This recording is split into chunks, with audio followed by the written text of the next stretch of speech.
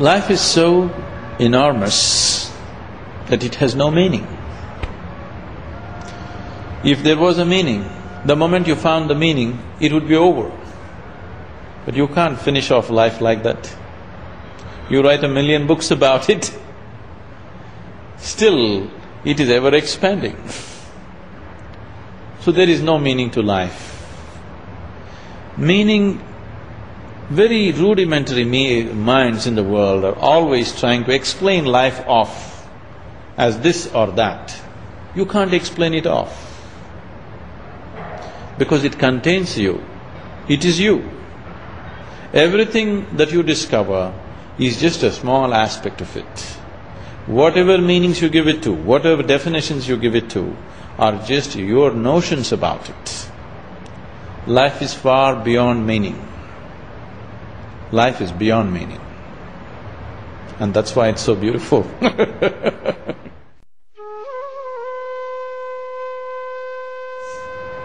We are all unique, each one of us different. And it's so wonderful that we're different. We may spring from the same oneness of our interiority, but as human beings, as individuals, every one of us is unique. We are different, that's what is beautiful about us. And the oneness is not yet in our experience, at least not yet in the common human experience. So at least let's enjoy the difference. If you learn to enjoy the difference, if you see that every human being is a unique human being, only once in the whole eternity, only once this kind of human being happens. You cannot find exactly this kind of human being anywhere else in the existence, at any time in eternity, only once. That is true with yourself, with your friend, with your enemy, with your loved ones and the ones you hate.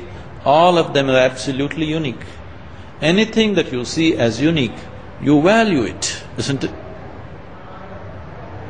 Anything that you value, you will have no problems with it. And oneness will happen out of that.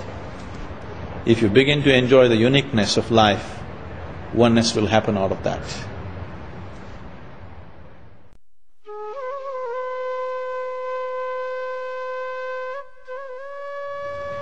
The fear is simply because you are not living with life, you are living in your mind.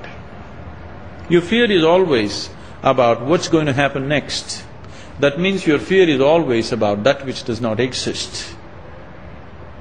If your fear is about the non-existent, your fear is 100% imaginary.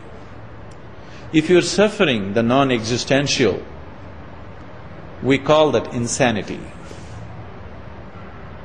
So, people may be in just socially accepted levels of insanity, but if you're afraid or if you're suffering anything which does not exist, it amounts to insanity, isn't it? People are always suffering, either what happened yesterday or what may happen tomorrow. So your suffering is always about that which does not exist, simply because you're not rooted in reality. You're always rooted in your mind. Mind is, one part of it is memory, another part of it is imagination. Both of them are in one way imagination, because both of them don't exist right now. You're lost in your imagination, that's the basis of your fear. If you were rooted in reality, there would be no fear.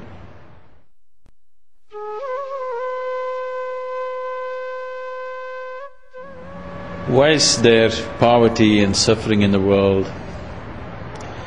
See, one thing is poverty, the way we describe poverty right now, is very, dependent upon certain standards that we have set ourselves.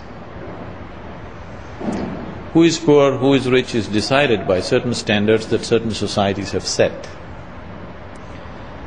10,000 years ago, living in a cave was a luxury.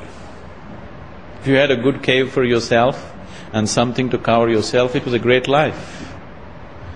Today we have created so many things for our well-being, So anybody who cannot afford to have that, we consider that poverty. So what's poverty in one society need not be poverty in another society.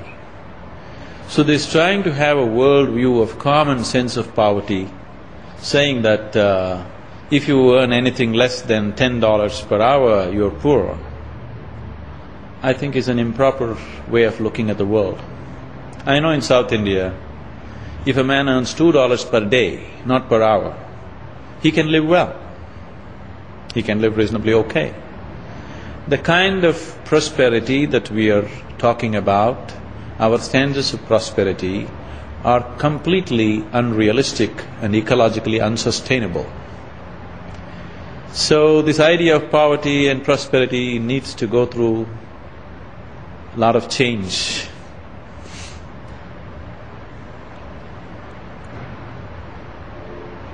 I come from a culture where people have chosen many times, not now, many times to be consciously poor by choice. This is a culture where kings have chosen to walk as beggars. So, poverty is not necessarily in terms of whether you have a car to drive or not, whether you have a big house to live or not. That's not so. Definitely the world is poor because in spite of all this wealth, in spite of all this comfort and conveniences that science has heaped upon us, still people are living joyless, still people are living not knowing how to live. We know how to go to the Mars, but we still don't know how to live on this planet. That's definitely poverty.